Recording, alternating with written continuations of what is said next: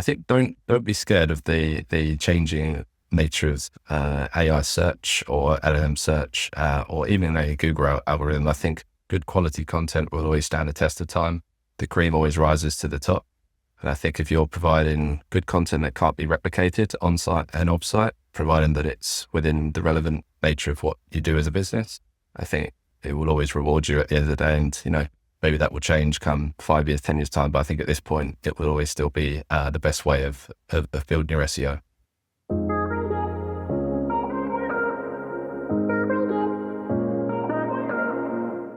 Hi, I'm Tom Rawle, and this is SEO in 2025, Additional Insights. Tom, what's your additional insight for SEO in 2025? Forget about the AI models, create content that is genuinely engaging, interesting, and most importantly, hard to replicate by not only AI, but also humans. Forget about the AI models. So what kind of content can humans create that AI can't? Well, I think when we're thinking about SEO and authority, my view is that regardless if it's a Google algorithm or if it's a new language model or AI model in the future, the best quality content always rises to the top. And that's usually something that is written by humans, is created by humans. Quotes from experts create that level of authority needed to be found through key search terms. Also, that's the way that AI would also source it. And obviously, relevancy in relation to where the content sits is obviously going to play a big factor in that as well. I guess the design of the content is dictated by the substance and the depth of it, rather than just creating thin content, which is always going to be overlooked or often depreciated by any kind of algorithm or AI model. So you mentioned expert quotes there. I guess that's an element to producing higher quality content. How would you summarize what a great human written piece looks like, including those elements? Well, I think it depends on what you're writing it for. On-site and off-site, obviously very different in terms of what you're trying to achieve from those pieces. I think in relation to on-site, there is a bit of a wave at the moment of people talking about writing in a more informal kind of sense so that AI models in the future can pick it up, because that's the way that it reports back to any kind of query. But I think in terms of off-site, it's always about building, I guess, the most engaging type of content. So for any human that's reading it and for any audience that it's going to and where it's sitting, it's who's actually going to be engaging with that content, who's going to be ultimately, not sitting there, the dwell times, minimal. It's going to be sitting on the page, running through it, understanding it, and taking people on that journey through the content first and foremost. So do you have a preferred content generation strategy in terms of how you come up with ideation, how to actually incorporate different thought leaders' quotes within there, and how to ensure that that piece of content is unique enough and authoritative enough for it to be perceived as something that Google and, of course, AI search engines want to rank? Well, if we're talking about from a digital PR perspective, with my background, a lot of the knowledge that we have at Pressbox being largely from a journalism perspective and background for the majority of us, we've been built on content. We've grown through content through our careers to then come into a PR world where we're almost looking at a lot of content the other way around in terms of what is newsworthy. How do you create content that is, as I said, sort of based on what an audience wants to read? Because that's ultimately what coverage is and how you build backlinks in the world of digital PR. I think the main thing is that, as I said earlier, it's creating that content that becomes your currency. So if it's content that is driven by quotes, is driven by people, is driven by interviews, that is one way to do it where it's not going to be replicated. It can't be changed. It's not a listicle that can just be pulled off the internet or put together in terms of a quick fix or something. It's content that takes a lot of time, a lot of thought process and creation to ultimately, as I said earlier, engage with your audience and the person reading it. So trying to think about with every piece that you do, it has a purpose to it. And it's not just kind of creating it for the sake of it, or some people obviously using AI models to create as much content as possible in a certain subject matter. It's probably not going to be the thing that stands the test of time.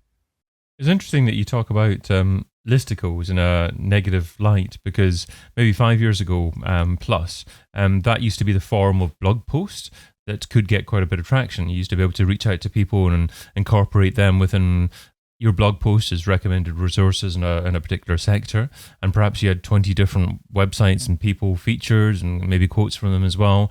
And because you'd done that, the people that were featured were likely to promote the piece as well. Are you saying that style of content is not as effective as it used to be? I think in digital PR, it really depends on the type of industry you work in and the type of client you have, the type of publisher that you're trying to attract. But for the sake of most of the content that we produce, much of the listicle kind of work has fallen on deaf ears. I think the problem is, as I was talking about earlier, it's quite easy to build content unless you're putting your own spin on something. A lot of data can be gathered themselves by journalists. Sometimes the angles aren't quite right. Obviously, you can pick and choose with that when you're sort of sending this to a journalist. But for the most part, when they're using it on their site, they're wanting something that is going to be really hard to recreate, and it's going to be something different. We're finding the same with a lot of surveys. Surveys have their own spin to it because obviously they're human devised, but still that level of content where it's kind of probably more on a basic level in terms of actually engagement and what's of interest. That's interest also starting to wane as well. Okay, so it sounds like then you're really gravitating towards content that incorporates quotes from experts in the field. How do you go about identifying who are the experts, and what metrics do you use to actually to determine that? Yeah, that's a very good point. Again, really depends on your industry. Where we work with a lot of brands, they have a lot of in-house experts, if you'd like to call it that. So working in the world of finance, obviously you have people working fairly high up who have a profile built already. That's a very easy way to determine whether they're an authority in a space. You can look at previous work they've done. You can look at previous places they've featured, conferences, podcasts, interviews they've featured in. You also have people that are experts by association. So you would be classed as an SEO expert, I guess, David, in that sense. So featuring yourself in any kind of SEO content because of, again, your profile, that's the best way to look at it, I would say. Okay, so it's not necessarily a specific metric that you're looking for. It's researching individuals who are prominent in the space that you want to operate in. And then it's, I guess, reaching out to them and trying to incorporate them in your content as well. Yeah, I mean, we have the aspects from a digital PR standpoint as well, where we'll have a lot of the experts that we use who are in-house. They would have their own pages, obviously, to build up authority for that one site. So we can use that as a bit of leverage in terms of referencing back to that as well, and sometimes gain links to that, which will help with that on-page authority for the brands we're working with. But ultimately, yeah, it's trying to find the people that are the most, well, somewhat the most vocal, not always the most vocal, but are interested and engaged and interacting in those spheres and those worlds. And for journalists, I guess it's now trying to validate that, because with AI, that's becoming a feature where there are, I've seen recent reports of a lot of fake experts being used in the world of PR in terms of people that never existed or never created. So I guess it's on us to build that confidence and build that validation that maybe a journalist might need to cover a certain person or a certain level of quotes. So how do you go about doing it then? How do you validate that someone is a real authoritative expert in a particular area?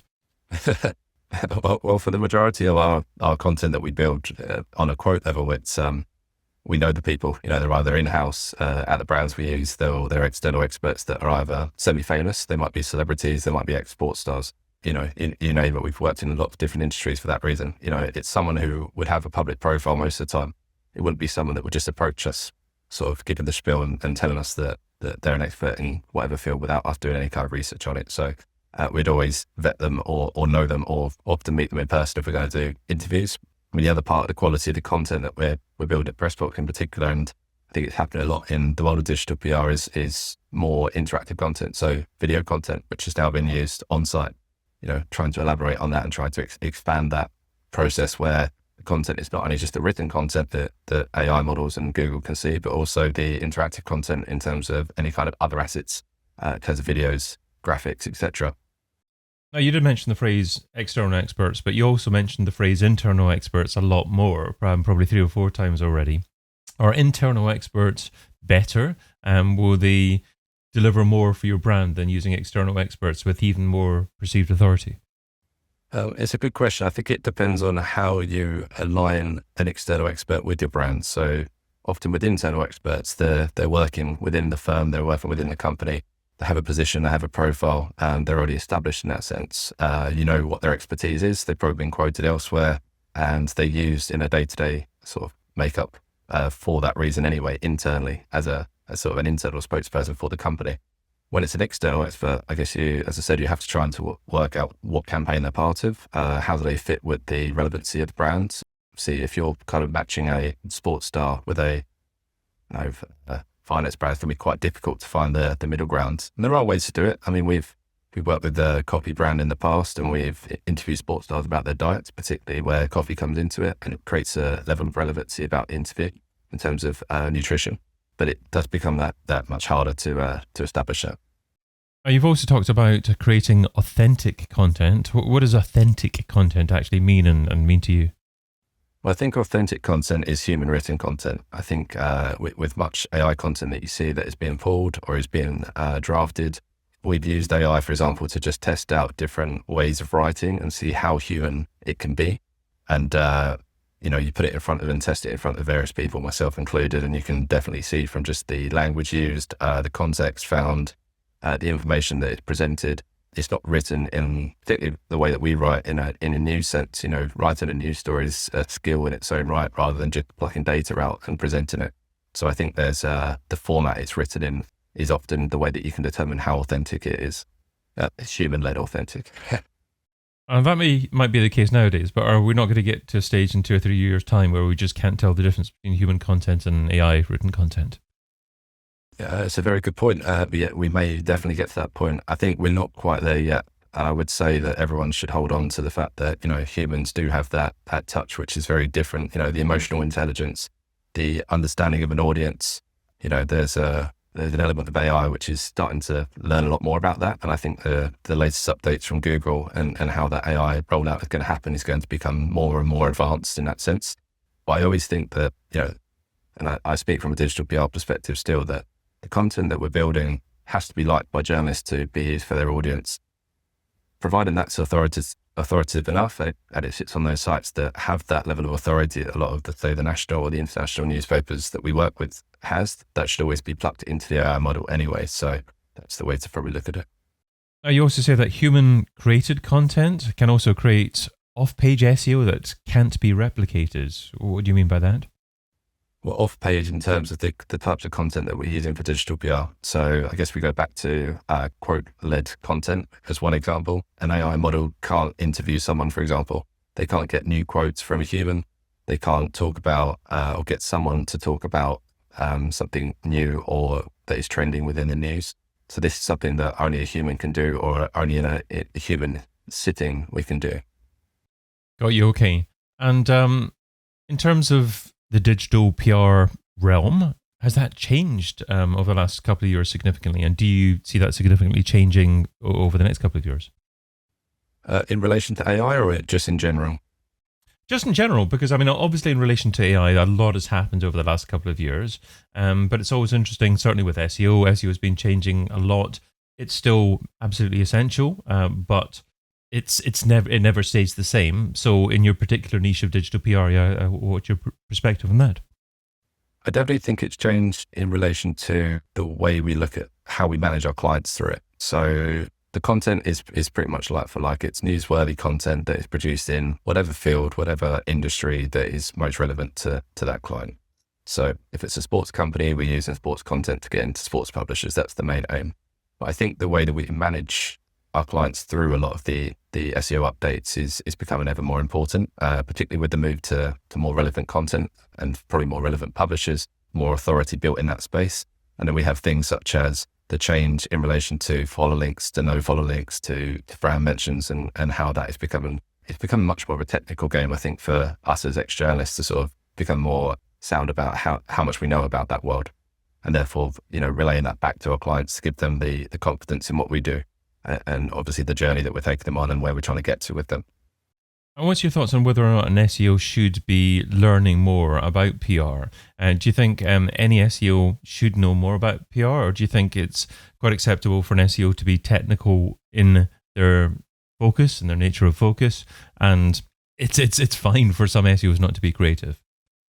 I think it's very dependent on the type of company you work for, the type of person you are in particular. I'm always one for learning. I'm always trying to find new ways to understand SEO from a content level, from a technical level. I'm not the most proficient at all of it, but I will still try to understand it where I can. I think for most SEOs, it's the differences, and the way I look at it is a traditional SEO is more of a numbers person, and a PR person is more of a content person. So this is probably why my point for today and my tip today is related to creating good, authentic content. I would say that, particularly what we have at the moment with clients in our space, it's gone from being a very much a KPI of how many links can you hit to what the quality of those links and ultimately what content comes through with that. So Tom, what's the key takeaway from the tip you shared today? I think don't be scared of the changing nature of AI search or LLM search or even a Google algorithm. I think good quality content will always stand the test of time. The cream always rises to the top. And I think if you're providing good content that can't be replicated on-site and off-site, providing that it's within the relevant nature of what you do as a business, I think it will always reward you at the end of the day. And, maybe that will change come 5 years, 10 years time, but I think at this point, it will always still be the best way of building your SEO. Tom Rawle is director at Pressbox PR, and you can find him over at pressboxpr.co.uk. Tom, thanks so much for adding your additional insight to SEO in 2025. Thanks, Dave. I've been your host, David Bain, and you've been listening to SEO in 2025 Additional Insights, a Majestic series that complements the original podcast, video series, and book. Find out more at SEOin2025.com.